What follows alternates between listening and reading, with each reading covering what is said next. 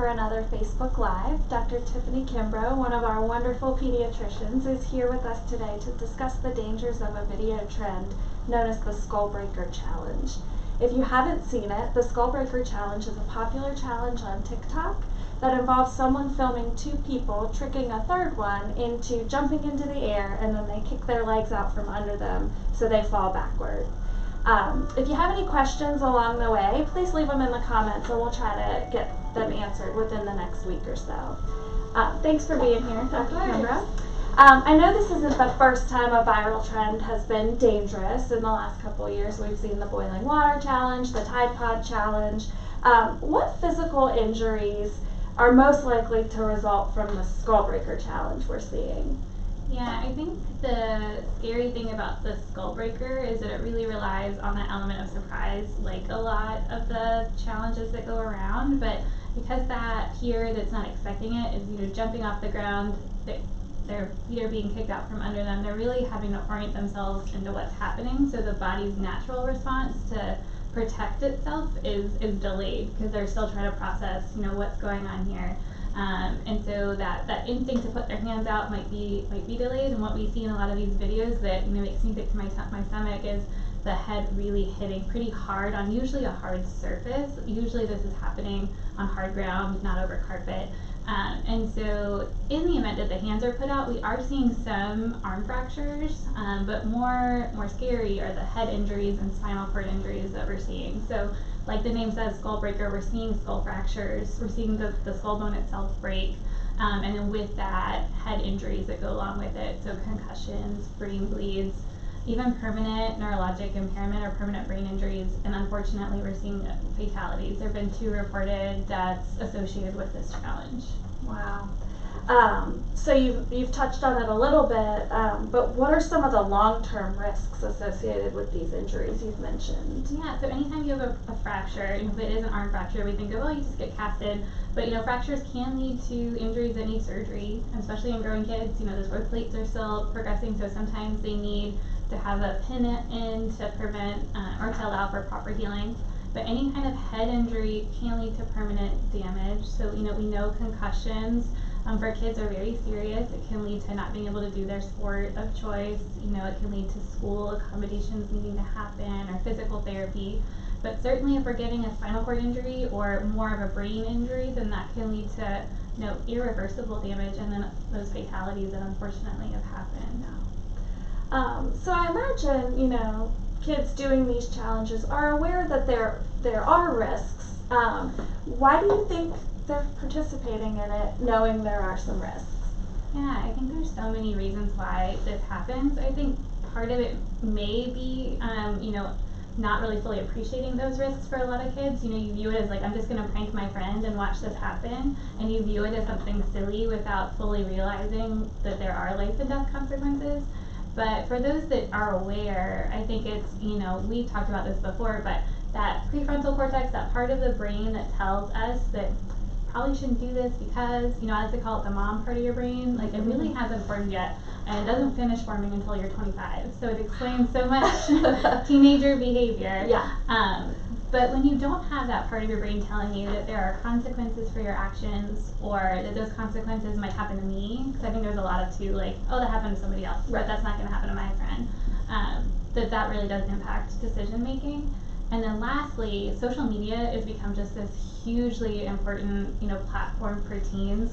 We know social acceptance is by far and away how they make most of their decisions, but in the age of social media, your decision making is viewed by such a larger audience, and a lot of kids are looking for, what can I post that's going to get the most likes, the most comments, the most shares, the most, chatter. Every single notification is a reward. It's a dopamine release, so that becomes really addictive.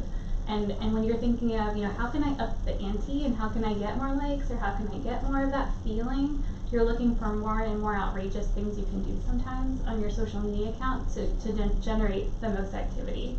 And so it's really important to kind of have those conversations too. Yeah. That's a good point. A new day from when we were teenagers, not too long ago. Right. So as parents, how can we help protect our children from dangerous challenges like this? So I think there's two sides of this. We want to protect both the kids who are choosing to participate in these, and we want to protect the kids who are the unwilling or unknown victims of these challenges. So for that second group of kids, we want to make sure as parents that we're staying up to date on what these circulating challenges are. Most of the victims here are not aware of this challenge, so if they've already heard about it, they're not taking the bait and they're not jumping. So those kids are protected. So the number one thing we can do is to just arm our kids with knowledge about this is existing. You know, if your friends are, they're probably not trying to actually hurt you, but if they suggest this, say no, and it's okay to say no, it's protecting yourself.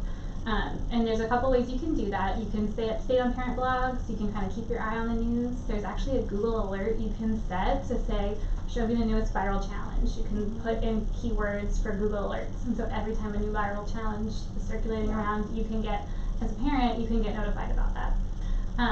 For that first group of kids, you know, the kids that are choosing to do this, how do we help our kids to make decisions that are keeping their friends safe? It starts at a young age of just, how do you be kind to each other?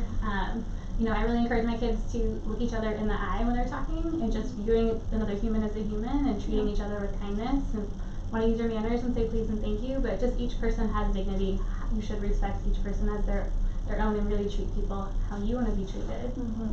Yeah, really good point. So I guess the first challenge as a parent is staying on top and staying aware ourselves of what's going on. And then do you have any other you know, ways we can talk to our kids about these challenges and about interacting with other people, and maybe some suggestions for other things they could do that maybe are a little bit safer? Yeah, I think one thing is staying on top of your kids' social media platforms. So, you know, just being aware of what content they're both ingesting, but that they're also putting out, and having conversations with them that are not punitive, you know, but more from a, hey, when you posted this, what did you mean by that? And just kind of having that back and forth. And encouraging them to ask questions if they come in contact with content that they're not exactly sure what they're uncomfortable with. I think it's also really important for us, you know, to talk to our kids about, you know, that peer pressure aspect, and just how important, you know, we want to all be viewed in a good light, but in the event that we're not, you know, what's the worst that will happen? I think talking through that too of, you know, if today's not a day that you're shining your best light, tomorrow's a new day and it's a fresh day, and then it's not the end of the world if they feel like they were embarrassed or something like that. And then two, I think it's just keeping in touch with what trends are going around, so that you can keep that dialogue open. Because a lot of times our kids think that we're not in the know. We don't know what's happening. And it's hard with how fast things change to always be in the know, but the more that you're kind of aware of what pressures they might be experiencing, you can have open dialogue with them. Yeah.